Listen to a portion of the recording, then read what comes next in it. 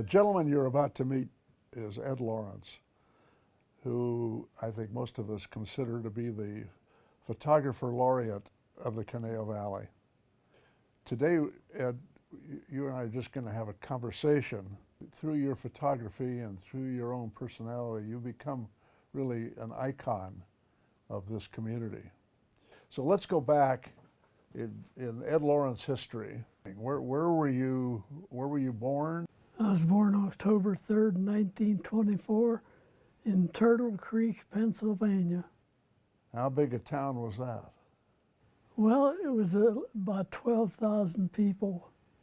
It was the biggest town in that valley, and they called it the hub of the valley. The hub of the valley. Everybody came to shop there because Turtle Creek had more good stores than any other town in that area. Was that kind of like a precursor to Thousand Oaks? Well, it was completely different, but I guess it was. Because actually there were probably around 12,000 people here when you got here. Yeah. And it was the commercial hub of this area, right? Right. Okay. And what did your parents do? Well, my mother was just a housewife. When I was a young boy, mothers stayed at home. My father worked in a factory back there. Everybody had factory jobs back in the part of Pennsylvania I was from. How big was your family? Well, I had 2 brothers and 1 sister. I had 1 sister that died, but I had 2 brothers and 1 sister. Are they still with you? No, I'm the only one left You're from the my family. survivor. I'm the survivor. Okay. So what did you do after you finished high school? Well, I worked in various jobs until I decided to move to California. Were you in the service before you came to California? Yes. Where did you spend most of your service time? Well, I had my basic training at Fort Sill, Oklahoma, then overseas.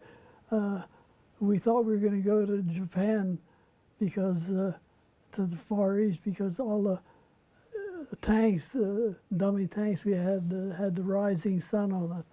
But when it came time to go to service, everybody that lived east of the Mississippi went to Germany, and everybody west went to Japan. Okay. So I was glad I went to Europe. What year was that? Oh, 1945, I think the war had just ended. The war had just ended. Yeah. Yeah. I decided we were going to move to California. My mother-in-law was sending letters and saying, I'm going to send you and your daughter money. Leave that no good guy out there. But then she came out to visit us, and she sent back to her husband, says, you're quitting your job, you're moving to California. So they came, they lived with us. My mother-in-law lived with us for 30 years. Oh. Never had a problem. Well, that's pretty good. She always sided with me when my wife had a little dispute. My wife would say, yeah, you never wanted to talk to him even. Now you side with him all the time. What happened? No, we got along together very fine. Were you living in Canoga Park at the beginning? Yeah. What was your occupation at that time? Well, I was working for the supermarket. And I was taking pictures of my neighbor who worked at the plant that they put in there. This is in the west end of San Fernando Valley, Rocketdyne. I showed him, gee, I'd like to get in a job like that. And he took my pictures that I had taken. He showed them to the head of the photo department. And he says, yeah, we'll hire him. So I went to work for Rocketdyne. I started at the bottom of the lab, washing and drying prints, and when there was a break, a fellow who went to the Korean War at the time, he was the one that developed the film. They said, okay, we're you in charge of developing the film. And when there was nothing to do, no film to develop, and we had parts that people brought in, we wanted to shoot on our indoor shooting area there. And he said, if you have some fair time there, take some of these parts and see if you can shoot them. So I set up the lighting and I lit them the way I wanted, and they looked okay to him. And he says, "Hey, that's pretty So good." Rocketdyne was the beginning of your career in photography? He's right. That's where I started in photography then. And when did you decide to move to the Conejo Valley? Well, I thought when the place first opened up, a lot of people were moving out there, and I says, "Well, yeah, I'm going to go out and take a look." And I said, "Boy, it's a beautiful area." So I moved out here right from where I live in the San Fernando Valley. I said, "I'm going to move out to this area." Had you been in the traveled through the valley? Is that what attracted you? Well, I used to drive through what was then Simi Valley and come into what was Thousand Oaks. And I have a picture, the first picture I took of the Conejo Valley here. It was up, I think there was a Shell pumping station on the left, and there's no homes in the picture. And I just took a picture of that area, and I said, "Boy, this is such a beautiful area." When did you first see the Jan's Mall and the opportunity to open up your own camera shop? Well, I thought I was so interested in it. I thought I would link to other people because I could pick up any camera and I didn't have to look at any instruction book with it. I would automatically figure it out and everything. I thought, well, I could help some people get into it too, also by opening up the camera store. But I don't know. I had so many things on the outside that I gave up the camera store, and I did more photography on the outside, and I started to do other types of photography too. I did aerial photography, and I did horses in action. I started to do horse shows, and I have horse shows all over California. I have a picture of a horse where I had him jump over top of me. Over one, we couldn't do it during a show. We had to stage it after a show. She was coming off of a big bank, and right at the bottom of the bank was a box called the coffin. I laid in that coffin, and I takes 3 shots of her. I says, I want you to look down at me with a big smile on your face. So I had to take 3 shots, and I have her laying under the horse, looking up at her underside of the horse. She's looking with a big smile. I think I had that picture up at the library. And I had a dark room. I bought a small motor home, and we put a dark room in the motor home, 2 enlargers there, and I would shoot pictures all day, and then we'd stay up all night printing the pictures to have them ready for the riders at the end of the show. What caused you to want to take the kind of photographs that you became famous for, the large landscape photographs and the history of the cowboys and the farming? Yeah, well, there was 2 types of ranches out in the area. One was the Albertson Ranch, which was they had cattle. And on the west end of town, there was the Jan's Ranch. And that's where a lot of the sheep were raised there, because the sheep and cattle don't mix together on the same property, because sheep nibble the grasses is just growing out of the ground, and cattle have to have longer grass. So I just stayed with the sheep all the time. Oh, I photographed the cattle roundups that they had over in the Albertson Ranch and that, but I liked the sheep better. And I stayed with them, and the man who owned the sheep, every time he'd do something with the sheep, he'd call me up, "Come on, we're moving right through the heart of Thousand Oaks." And my #1 selling photo is a sheep on Thousand Oaks Boulevard and Moore Park Road. There's a little lamb that stayed with the dogs. It wouldn't go with the sheep. It helped the dogs herd the sheep. They had the same bowls as the dogs, because a lot of dog foods have grains in them. So it ate the same food as the dogs did. That little lamb was misguided. Right. She thought that she was a dog, didn't she? Right. It slept with the dogs, ate with the dogs, and helped the dogs herd the rest of the sheep. In fact, there's one restaurant, Mendocino Farms, I think, over in Westlake here.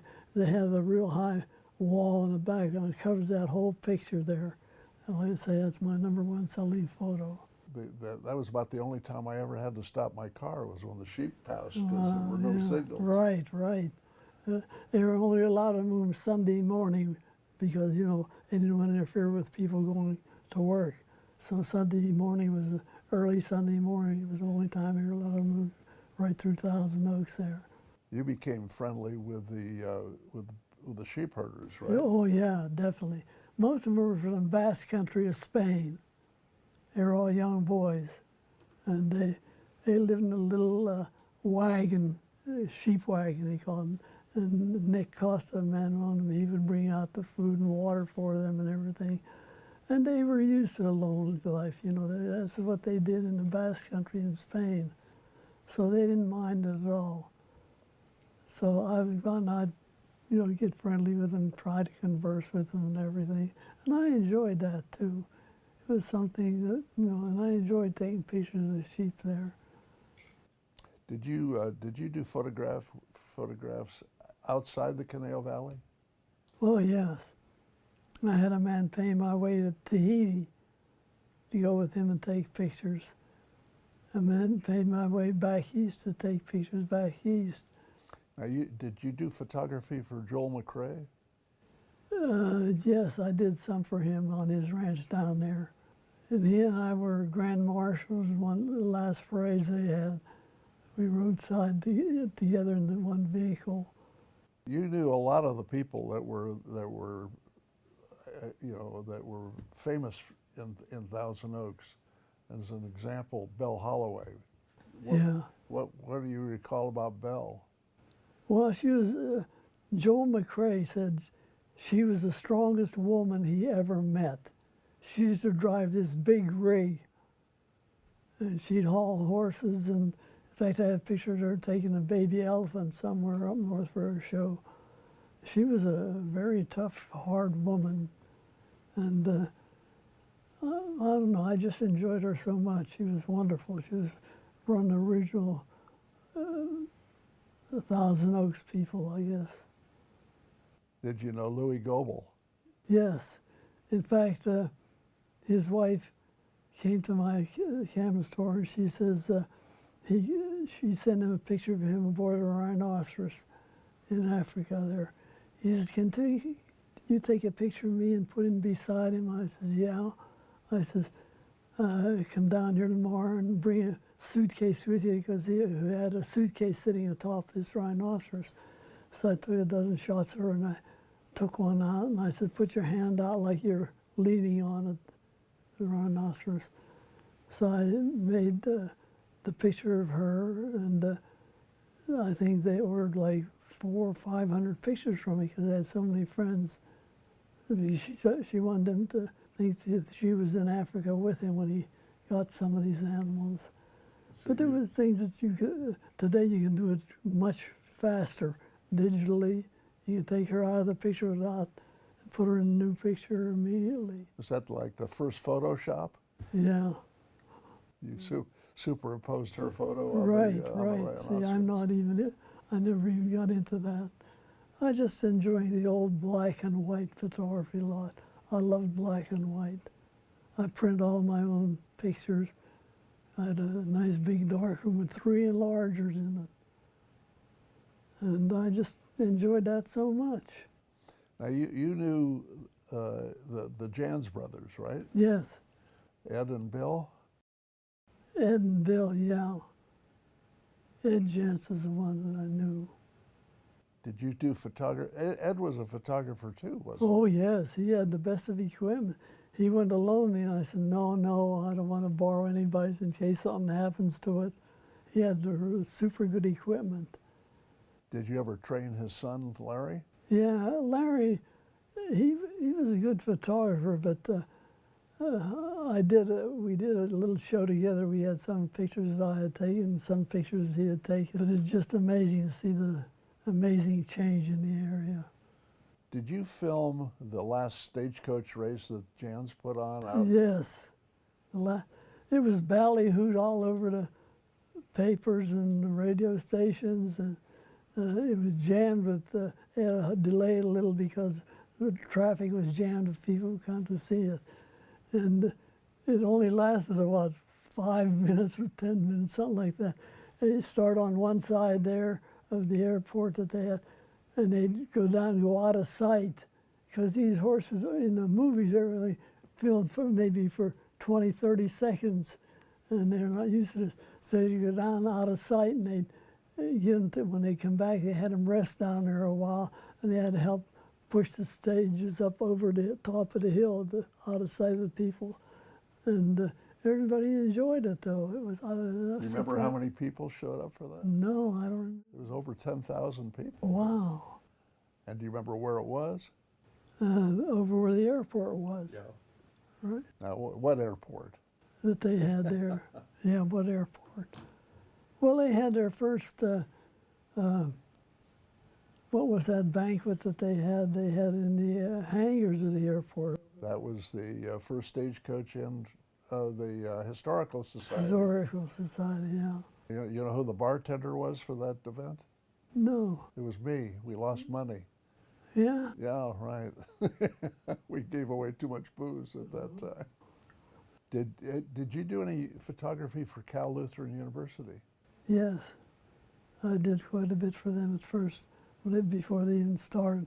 I have pictures of the three brothers, the Pedersen, I think, family, donated land for Cal Lutheran. Now it's Cal Lutheran University. It was CLC, but now it's CLU, California Lutheran University. It's got an enormous complex out there. Did you take photos of the cowboys?